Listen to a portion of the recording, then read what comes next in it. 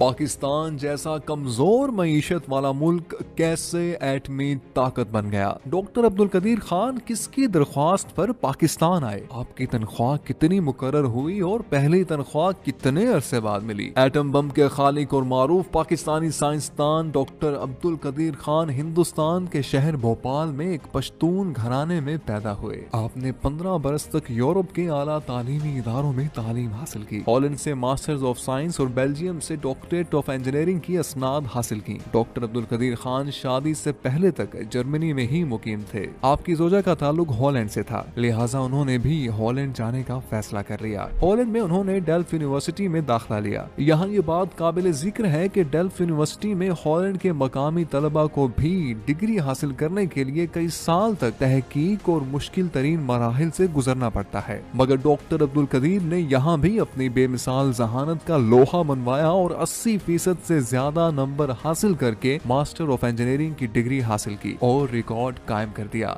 बाद अज़ां वो कुछ अरसा मशहूर प्रोफेसर बर्गजर के साथ बतौर असिस्टेंट काम करते रहे। इनकी सोहबत में रहकर आपकी तख्लीकी सलाहियतों को मजीद जिला मिली। दिलचस्प बात यह है कि डॉक्टर अब्दुल कदीर खान पर हॉलैंड की हुकूमत ने अहम मालूमात चुराने के इल्जाम में मुकदमा भी दायर किया, लेकिन डॉक्टर अब्दुल कदीर खान की खुशकिस्मती थी कि जब हॉलैंड, बेल्जियम, बरतानिया और जर्मनी के प्रोफेसर्स ने इन इल्जामात का जायजा लिया तो उन्होंने डॉक्टर अब्दुल कदीर खान को बरी करने की सिफारिश करते हुए कहा कि जिन मालूमात को चुराने की बिना पर मुकदमा दायर किया गया है वो तो आम किताबों में भी मौजूद हैं। जिसके बाद हॉलैंड की अदालत आलिया ने इनको बाइज्जत बरी कर दिया। आप 31 मई 1976 को पाकिस्तान के उस वक्त के वजीर आजम जुल्फिकार अली भुट्टो की दावत पर पाकिस्तान तशरीफ लाए और इंजीनियरिंग रिसर्च लेबोरेटरीज के नाम से पाकिस्तानी एटमी प्रोग्राम पर काम शुरू किया। बाद अज़ां 1 मई 1981 को इस इदारे का नाम सदर पाकिस्तान जनरल मोहम्मद ज़ियाउल हक ने तब्दील करके doctor A.Q. Khan research laboratories रख दिया। ये इदारा पाकिस्तान में यूरेनियम की अफजूदगी में नुमाया मकाम रखता है। एटमी ताकत बनने की कहानी डॉक्टर अब्दुल कदीर खान की ज़बानी कुछ यूं है। डॉक्टर साहब कहते हैं कि जब मैं दिसंबर 1975 में पाकिस्तान आया तो वजीर आजम जुल्फिकार अली भुट्टो ने यह दरख्वास्त की कि मैं वापस ना जाऊं और पाकिस्तान के एटमी प्रोग्राम पर काम करूं। लिहाजा वतन अजीज से अपने जज्बे मोहब्बत की वजह से मैं सब कुछ छोड़कर बैरून मुल्क से पाकिस्तान आया। बहुत ही कलील तनख्वाह पर काम किया और अनगिनत मुश्किलात और साजिशों का सामना किया, लेकिन हिम्मत नहीं हारी। अज़्म मुसम्मम के साथ पाकिस्तान को एटमी कुव्वत बनाने और इसके दिफा को नाकाबिल तस्खीर बनाने के लिए पुरअज़्म रहा और अपनी टीम के साथ निहायत कम अरसे में पाकिस्तान को एटमी कुव्वत बना दिया। मैंने अरबों डॉलर्स की टेक्नोलॉजी पाकिस्तान को मुफ्त फराहम की। मुझे एटॉमिक एनर्जी कमीशन में मुशीर लगा दिया गया और मेरी तनख्वाह 3000 रुपए मुकर्रर की गई, जो मुझे 6 माह बाद मिली। मुख्तलिफ तरह की रुकावटों की इत्तला वजीर आजम जुल्फिकार अली भुट्टो को हुई तो भुट्टो साहब जो उस वक्त लाहौर में थे उन्होंने मुझे फौरन बुला लिया। मैंने हकायक से आगाह किया तो कहने लगे मुझे 2 दिन दे दें, मैं हालात ठीक कर दूंगा। 2 दिन बाद मुझे जनरल इम्तियाज का फोन आया कि शाम 5 बजे आगा शाही के दफ्तर में मीटिंग है। मैं पहली मर्तबा आगा शाही गुलाम इसहाक खान और AGN काजी से मिला। दूसरे दिन फिर बुलाया और ये कहा कि मेरे मशवरों को कबूल कर लिया गया है, कल से ये प्रोग्राम अलहदा होगा और मैं इसका सरबराह होगा। फिर ठीक 2 दिन बाद भुट्टो साहब ने मीटिंग बुला ली और खुशामदीद कहने के बाद मुझसे कहा कि बताओ क्या चाहिए। मैंने कहा कि फौज की कोर ऑफ इंजीनियर्स की एक टीम चाहिए। जनरल ज़ियाउल हक जो उस वक्त आर्मी चीफ थे और मीटिंग में शरीक थे, उन्होंने कहा कि वो काम कर देंगे। बाद अज़ां जनरल ज़ियाउल हक ने जब इख्तियार संभाला तो उसके 3 माह बाद ही उन्होंने एटमी प्रोग्राम को अव्वल तरजीह देना शुरू कर दी और महीने में कम से कम 2 मरतबा जरूर वो और जनरल जामिन नकवी मुझसे तफसीली मुलाकात करते थे। 1979 के वस्त में मगरबी ममालिक को हमारे प्रोग्राम की भनक पड़ गई। जनरल ज़िया और गुलाम इसहाक खान साहब को बड़ी फिक्र हुई कि सामान की दरामद पर पाबंदी से हमारा प्रोग्राम बंद न हो जाए, लेकिन इतना जरूर था कि 1981 के अवाखिर में हमने बहुत तरक्की कर ली थी और हमें यकीन था कि हम बहुत जल्द कामयाबी हासिल कर लेंगे। डॉक्टर कदीर खान ने यह भी लिखा है कि जब कहोटा में रिसर्च लेबोरेटरी जेर तामीर थी तो वो सहाला में पायलट प्रोजेक्ट चला रहे थे। इन्हीं अयाम की बात है कि उस वक्त के फ्रांसीसी फर्स्ट सेक्रेटरी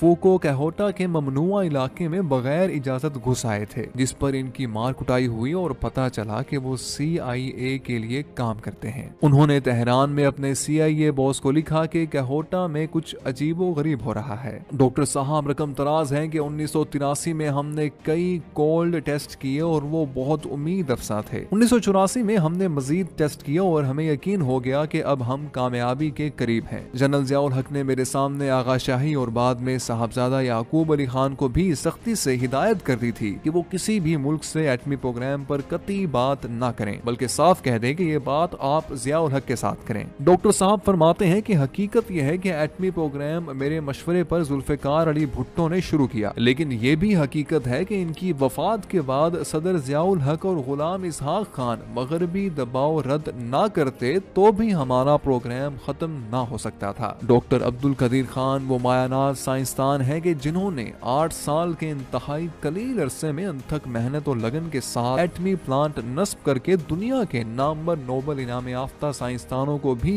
वर्ताए हैरत में डाल दिया। 28 मई 1998 को आपने भारतीय एटमी तजर्बों के मुकाबले में हुकूमत वक्त से तजर्बाती एटमी धमाके करने की दरख्वास्त की। बिलाखिर वजीर आजम मियां मोहम्मद नवाज शरीफ ने चागी के मकाम पर 6 कामयाब तजर्बाती एटमी धमाके किए। इस मौके पर डॉक्टर अब्दुल कदीर खान ने पूरे आलम को पैगाम दिया कि हमने पाकिस्तान का दिफा नाकाबिले तस्खीर बना दिया है। यूं आप पूरी दुनिया में मकबूल आम हुए। सऊदी मुफ्ती आजम ने अब्दुल कदीर खान को इस्लामी दुनिया का हीरो करार दिया और उस वक्त सऊदी हुक्मरानों ने पाकिस्तान के लिए खाम हालत में तेल मुफ्त फराहम करने का फरमान जारी किया।